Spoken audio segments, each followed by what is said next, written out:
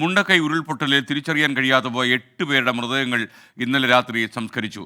പുത്തുമലയിൽ ആരിസൺ Malayalam plantation limited വിട്ടുകൊടുത്ത ഭൂമിയിലാണ് സർവ്വമത പ്രാർത്ഥനയോടെ സംസ്കാരം നടന്നത്. വളരെ ഹൃദയഭേദകമായ കാഴ്ചയായിരുന്നു അത്.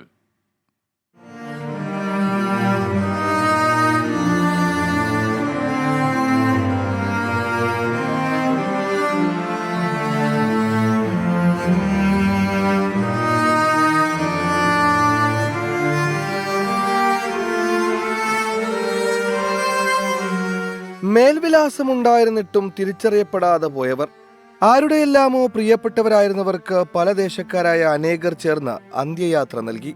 ഒരേ നാടിന്റെ തണലിൽ ജീവിതം കരുപിടിപ്പിച്ചവർക്ക് ഒറ്റ ഭൂമിയിൽ നിത്യനിദ്ര. പുത്തുമലയിൽ പ്രത്യേകം ഒരുക്കിയ ഭൂമിയിൽ അതിരുകൾ ഭേദിച്ച സർവമത പ്രാർത്ഥനയോടെ അന്ത്യയാത്ര.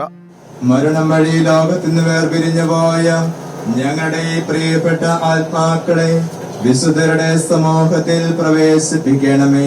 രാമ രാമ രാമ രാമ രാമ രാമ പാഹിമാ.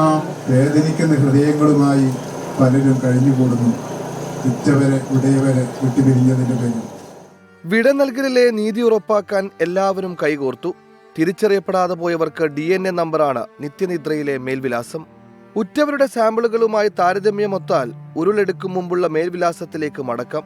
വിശദാംശങ്ങൾ ഉൾപ്പെടുത്തി DNA പ്രൊഫൈൽ ലൈബ്രറി തയ്യാറാക്കുമെന്നാണ് സർക്കാർ ഉറപ്പ്. തിരിച്ചറിയാത്ത മറ്റുള്ളവർക്കായി ഇതേ ഭൂമിയിൽ കുഴിമാടങ്ങൾ ഒരുക്കിയിട്ടുണ്ട്. പുത്തുമലയിൽ ഉരുൾ തകർത്തെറിഞ്ഞ സങ്കട ഓർമ്മകൾ ഉറങ്ങുന്ന മണ്ണിൽ, മുണ്ടക്കയിലും ചൂരൽമലയിലും പുഞ്ചിരിമട്ടത്തും ജീവൻ പൊലിഞ്ഞവരുടെ അവസാന ശേഷിപ്പുകൾ. 24 വയനാട്.